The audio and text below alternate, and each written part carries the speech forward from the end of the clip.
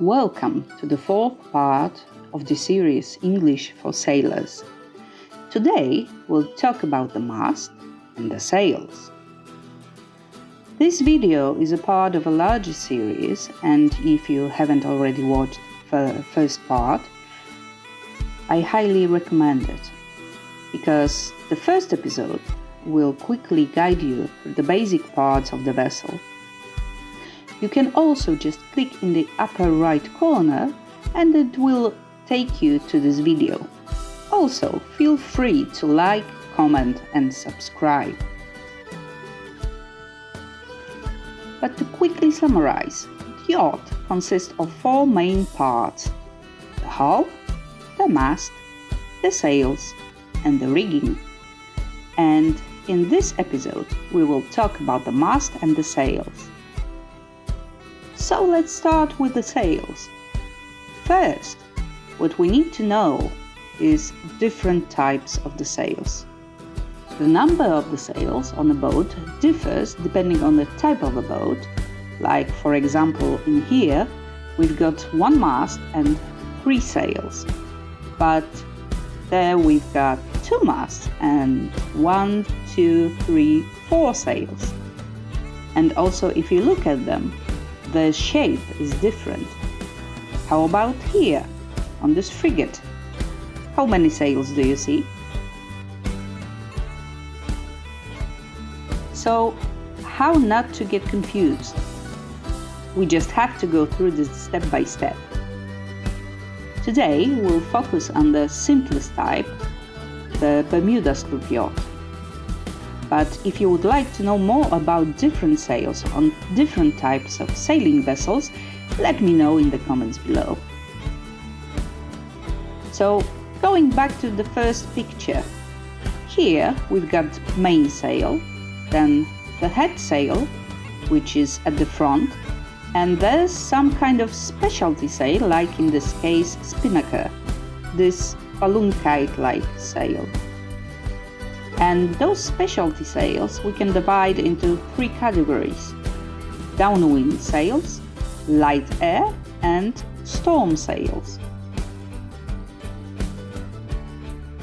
Here we have jib as a head sail, but instead of the jib you can also use a genoa, which originally was called the overlapping jib, because it overlaps the mainsail, so it's bigger than a normal jib. We can also have a storm jib, and on this picture you have comparison of those 3 head sails. Head sails, particularly genoas, are often referred to in percent. This percentage is a reference to the area created by the 4 triangle. This 4 triangle is defined by forestay, the deck and the mast. The area of this triangle is 100%. Of course, different parts of the sails has also different names. I know, sailors have to complicate everything. And if we talk about sides of the sail, we don't use normal names like the back or the front. So the back side of the sail is called lead, the front side is luff, and the bottom of the sail is foot. But the corners also have different names. So we have the tack, the lower front corner of the sail, where the luff and the foot meet. Then we have clew, the lower back corner where the foot and the leech meets.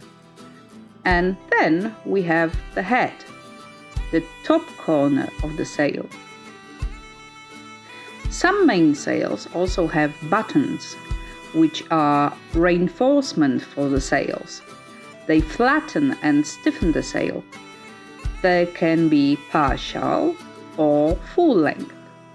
And there are telltales that indicate wind flow over the sail. But what if we want to reduce our mainsail area due to heavy weather?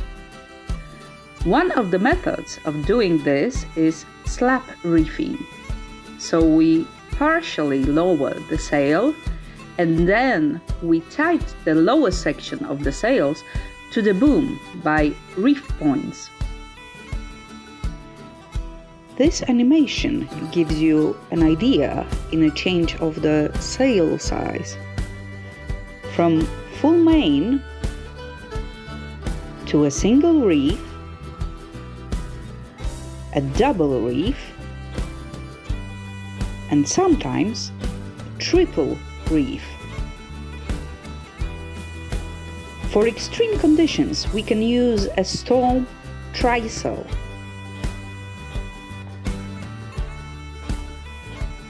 So let's move to the mast, which will be a short story. So the mast is a standing pole that holds the sails. Sailing vessels can have multiple masts, but most sailboats only have one mast. So all masts have a boom, which is the horizontal pole and holds the mainsail in the place. It's attached to the foot of the mainsail, and to the mast it's attached by the gooseneck.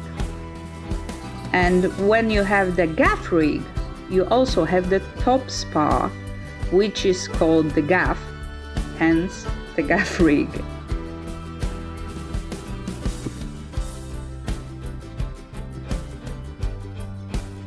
And that brings us to the end of this video. If you enjoyed the content, please leave a thumb up and subscribe. Also, don't hesitate to comment.